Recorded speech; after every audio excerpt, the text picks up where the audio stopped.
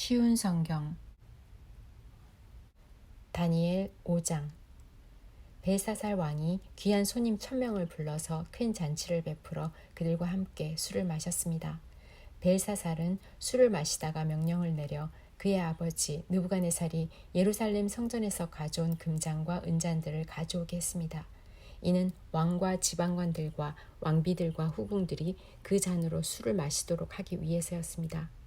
예루살렘에 있는 하나님의 성전에서 가져온 금잔들을 내어오자 왕과 그의 귀한 손님들과 왕비들과 후궁들이 그 잔으로 술을 마셨습니다. 그들은 술을 마시면서 금과 은과 노쇠와 쇠와 나무와 돌로 만든 신들을 찬양했습니다. 바로 그때 사람의 손가락이 나타나더니 촛대 맞은편 왕궁 석고벽 위에 글자를 쓰기 시작했습니다. 왕은 그 손가락이 글자를 쓰는 것을 보았습니다. 왕은 두려움에 사로잡혀 얼굴이 창백해지고 다리에 힘이 없어져 무릎이 후들후들 떨렸습니다. 왕은 점성가들과 주술사들과 점쟁이들을 불러오게 하였습니다. 왕이 바빌론의 지혜자들에게 말했습니다. 누구든지 이 글을 읽고 그 뜻을 내게 풀어주는 사람에게 자주색 옷을 입혀주고 목에는 금사슬을 걸어주고 이 나라에서 셋째 가는 통치자로 삼겠다. 왕의 지혜자들이 모두 왔으나 그 글자를 읽거나 그 뜻을 설명할 수 있는 사람은 아무도 없었습니다. 벨사살 왕이 더욱 두려워하여 얼굴이 더 창백해졌고 손님들도 당황하였습니다. 그때에 왕의 어머니가 왕과 귀한 손님들의 떠드는 소리를 듣고 연회장으로 들어와서 이렇게 말했습니다. 왕이시여, 만수무강하십시오. 두려워하지 마시고 얼굴에서 근심을 거두십시오. 왕의 나라에 거룩한 신들의 영을 받은 사람이 있습니다. 그는 왕의 아버지 때에 신들의 지혜와 같은 지혜와 명철을 보여준 사람입니다. 선왕이신 느부갓네살 왕은 그 사람을 마술사, 점성가, 주술가와 점쟁이들의 우두머리로 세우셨습니다. 제가 말하는 사람은 다니엘입니다. 느부갓네살 왕은 그에게 벨드사살이라는 이름을 지어주셨습니다. 그는 매우 총명하며 지식과 통찰력을 가진 사람입니다. 그는 꿈과 비밀을 말할 수 있고 아무리 어려운 문제라도 풀 수 있습니다. 다니엘을 부르십시오. 벽 위의 글자가 무슨 뜻인지 그가 왕에게 설명해 줄 것입니다. 다니엘이 부름을 받아 왕 앞에 나왔습니다. 왕이 그에게 물었습니다. 너의 이름이 다니엘이냐? 너가 내 부왕이 유다에서 데려온 포로 가운데 한 사람이냐? 너의 안에 신들의 영이 있다는 말을 들었다. 너가 매우 총명하며 지식과 통찰력이 있다는 말도 들었다.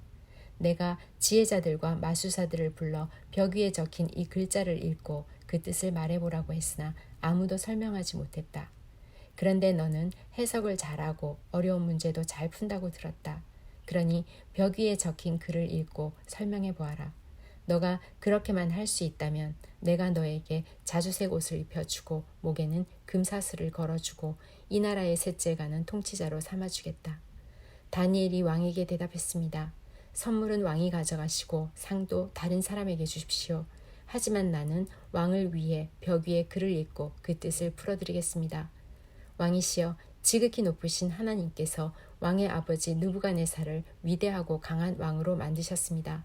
하나님께서 그에게 큰 권세를 주셨기 때문에 백성들과 나라들과 각기 다른 말을 쓰는 모든 사람이 느부갓네살 왕을 무서워했습니다. 그는 마음대로 사람을 죽이기도 하고 살리기도 했으며 높이기도 하고 낮추기도 했습니다. 하지만 느부갓네살 왕은 너무 높아지고 교만해졌습니다. 그래서 왕의 보좌에서도 쫓겨나고 누리던 영광도 빼앗겼습니다. 느부갓네살 왕은 사람들에게서 쫓겨나 그 마음이 들짐승처럼 되어 들나귀처럼 살며 소처럼 풀을 먹었고 몸은 이슬로 젖었습니다. 그러다가 비로소 지극히 높으신 하나님께서 인간의 나라를 다스리신다는 것과 하나님의 마음에 드는 사람에게 그 나라를 주신다는 것을 알게 되었습니다. 느부갓네살의 자손인 벨사살 왕이시여, 왕께서는 이 모든 일을 알면서도 마음을 낮추지 않으셨습니다.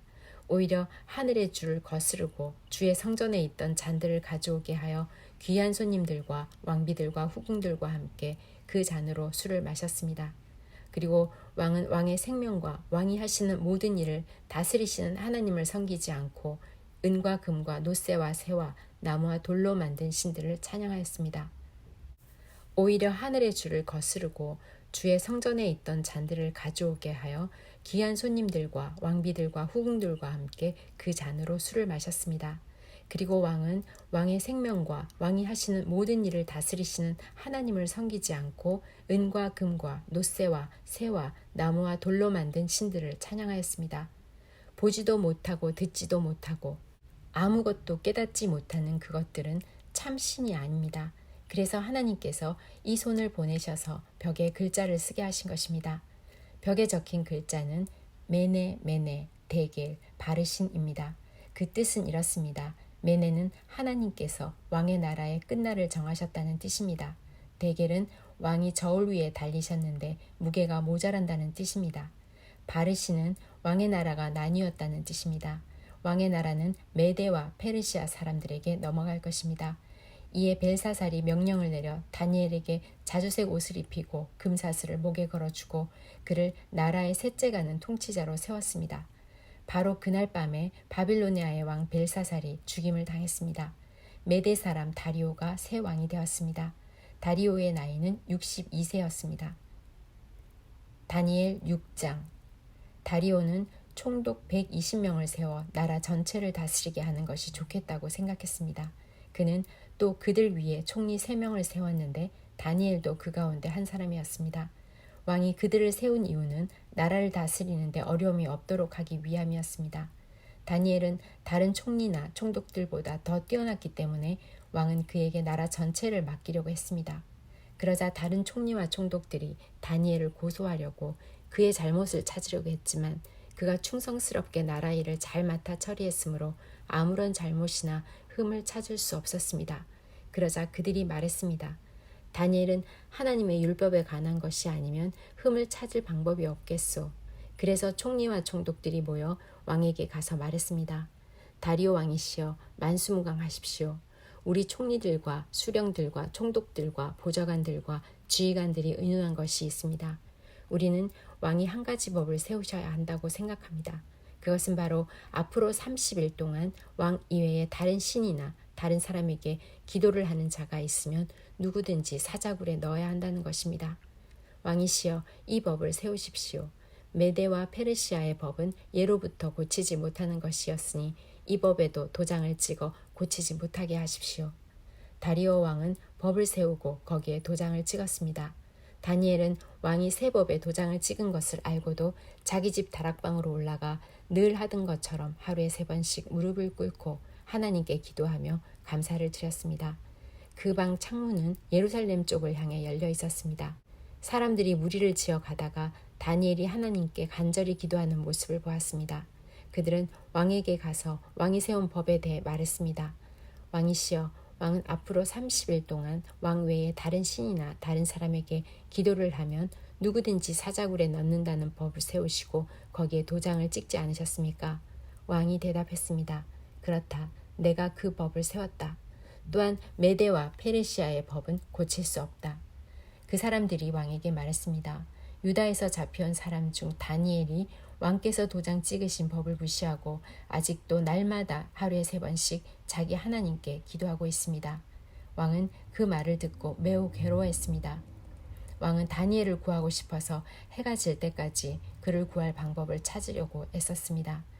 그 사람들이 무리를 지어 왕에게 가서 말했습니다. 왕이시여, 메대와 페르시아의 법은 왕이 한번 법이나 명령을 내리고 나서는 그것을 다시 고칠 수 없다는 것을 기억하십시오. 그래서 다리오 왕은 명령을 내려 다니엘을 붙잡아 사자굴에 넣게 했습니다. 왕이 다니엘에게 말했습니다. 너가 늘 섬기던 너희 하나님이 너를 구해주실 것이다. 사람들이 큰 돌 하나를 굴려와서 사자굴 입구를 막았습니다. 그러자 왕이 도장으로 사용하는 반지와 신하들의 도장으로 바위 위에 찍었습니다. 아무도 그 바위를 옮겨 다니엘을 꺼내지 못하게 하기 위한 것이었습니다. 그런 뒤에 다리오 왕은 왕궁으로 돌아갔습니다. 그날 밤 왕은 아무것도 먹지 않았으며 오락도 금지시켰습니다. 왕은 잠도 자지 못했습니다. 이튿날 아침 다리오 왕은 새벽에 일어나 급히 사자굴로 가보았습니다. 왕은 굴에 가까이 이르러 걱정하는 목소리로 다니엘을 불렀습니다. 살아계신 하나님의 종 다니엘아, 너가 늘 섬기던 하나님이 너를 사자들로부터 구해주셨느냐? 다니엘이 대답했습니다. 왕이시여 만수무강하십시오. 나의 하나님께서 천사들을 보내셔서 사자들의 입을 막으셨습니다. 하나님께서는 내가 죄가 없다는 것을 아시기 때문에 사자들이 나를 해치지 못하게 하셨습니다. 왕이시여, 나는 왕에게 잘못한 일이 없습니다. 다리오 왕은 너무 기뻤습니다. 그는 종들에게 다니엘을 사자굴에서 꺼내라고 말했습니다. 왕의 종들이 다니엘을 꺼내보니 다니엘의 몸에는 아무런 상처도 없었습니다. 그것은 다니엘이 자기 하나님을 믿었기 때문입니다. 왕이 명령을 내려 다니엘을 고소한 사람들 뿐 아니라 그 아내와 자녀들까지 데려와 사자굴에 넣게 했습니다.